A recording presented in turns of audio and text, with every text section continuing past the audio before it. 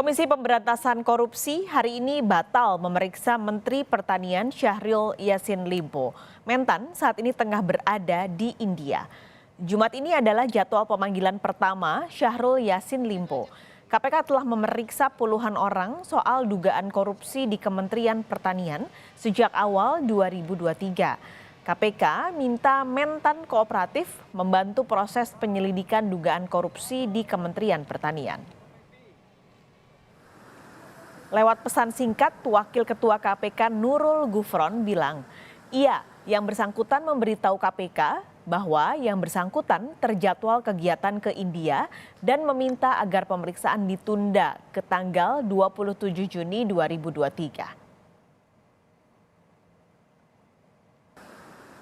Lebih lengkap soal pemanggilan Menteri Pertanian Syahrul Yassin Limpo di KPK, kita tanyakan pada jurnalis Kompas TV, Tifal Solesa, saat ini ada di Gedung Merah Putih KPK Jakarta.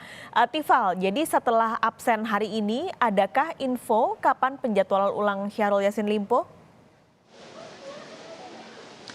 Awalnya kami menerima informasi dari Wakil Ketua Komisi Pemberantasan Korupsi Nurul Gufron bahwa direncanakan pemanggilan terperiksa Menteri Pertanian Syahrul Yassin Limpo ini akan dijadwalkan ulang ke tanggal 27 Juni 2023. Alasannya Syahrul yang posisinya sebagai terperiksa dalam proses penyelidikan dugaan kasus korupsi di Kementerian Pertanian ini sedang menjalani kegiatan kenegaraan atau agenda kenegaraan di luar negeri, persisnya di India. Tak berselang lama, kami juga menerima keterangan pers dari Syahrul Yassin Limpo via Koordinator Humas Kementerian Pertanian Arief Cahyono, yang bisa kami kutip sebagian diantaranya menyampaikan bahwa Syahrul menyebut kami menghadiri pertemuan para Menteri Pertanian G20 di Indonesia yang telah dipercaya sebagai presidensi G20 tahun 2022 tentu saja sepatutnya hadir dalam pertemuan atau penutupan perhelatan internasional tersebut. Dan ia menyampaikan pula tambahannya diharapkan dengan agenda ini mengajukan atau dari pihak Syahrul Yassin Limpo sudah mengajukan permintaan pengunduran jadwal pemeriksaan dirinya di Komisi Pemberantasan Korupsi dan diharapkan agar dapat diperiksa pada hari Selasa 27 Juni 2023. Ia juga menegaskan ada komitmen dari dirinya selaku terperiksa dalam proses penyelidikan kasus ini untuk memenuhi panggilan dari Komisi Pemberantasan Korupsi.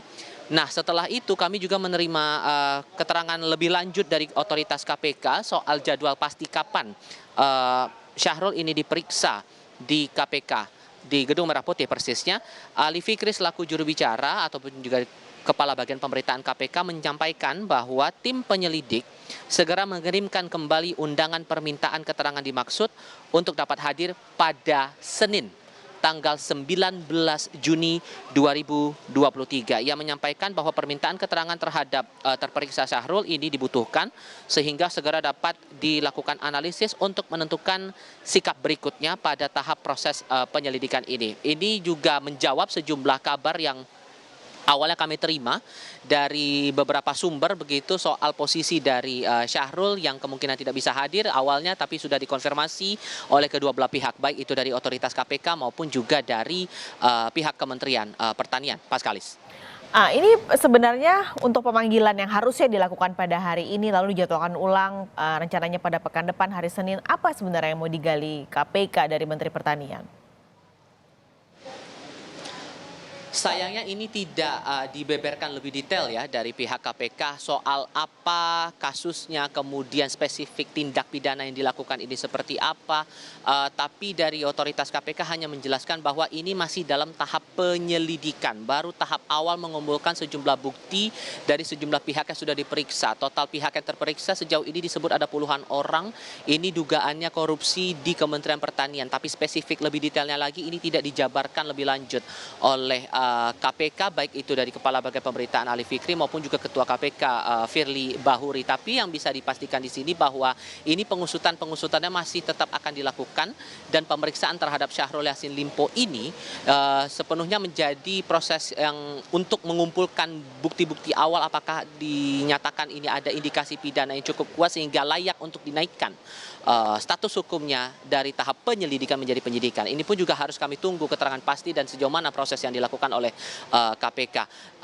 Terlebih lagi ini juga patut untuk kita cermati karena sudah beberapa hari ke belakang ini dari kalangan pewarta juga mendapatkan kabar adanya pengusulan dari tim penyidik setelah dilakukan ekspos perkara pada tanggal 13 Juni 2023 upaya untuk mengusulkan nama Syahrul Yassin Limpo bersama dengan 2 pejabat di Kementerian Pertanian ini sebagai tersangka. Kasusnya disebut saat itu yang beredar kabarnya waktu itu adalah tindakan atau dugaan tindak pidana salah guna penggunaan biaya dinas ataupun juga tindakan suap atau gratifikasi atau penggabungan beberapa perkara. Tapi ini baru kabar yang beredar di kalangan pewarta. Saat itu coba dikonfirmasi oleh pihak otoritas KPK, pihak KPK sekali lagi menegaskan bahwa semua proses yang berhubungan langsung dengan dugaan kasus di Kementerian Pertanian ini masih di tahap awal, masih di tahap penyelidikan sehingga masih butuh keterangan-keterangan dari berbagai pihak terlebih dari otoritas Kementerian Pertanian untuk bisa mendalami lagi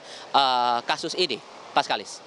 Nah, ini Tifal sebenarnya kan dengan pemanggilan Syahrul Yassin Limpo pada hari ini oleh KPK, kita ingat beberapa waktu sebelumnya di Kejagung juga ada kasus dan menyeret menteri dari parpol yang sama. Apakah KPK menjawab soal kasus korupsi ini yang karena berdekatan begitu dan diduga syarat muatan politis?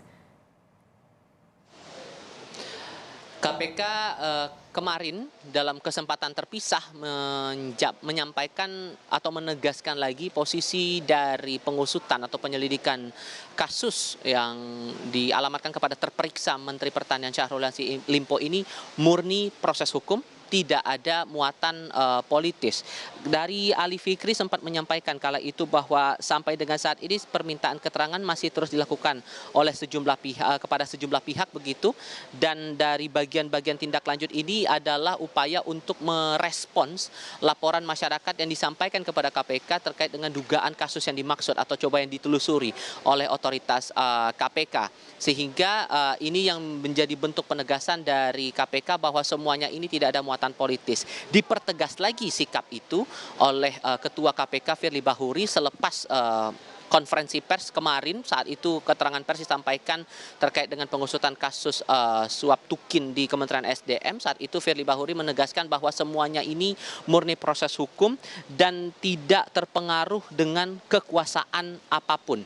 Itu yang ditegaskan betul oleh Firly Bahuri sehingga semua masih berjalan sesuai dengan aturan perundang-undangan yang berlaku terlebih dalam ketentuan dalam Kitab Undang-Undang Hukum Acara Pidana. Sehingga ini yang coba dipastikan lagi oleh KPK mengingat ini semua masih dalam tahap awal pemeriksaan ataupun juga pendalaman dari keterangan-keterangan sejumlah saksi dan bukti. Ini yang akan terus dijanjikan atau dijamin akan terus berjalan oleh pihak penyelidik di Komisi Pemberantasan Korupsi.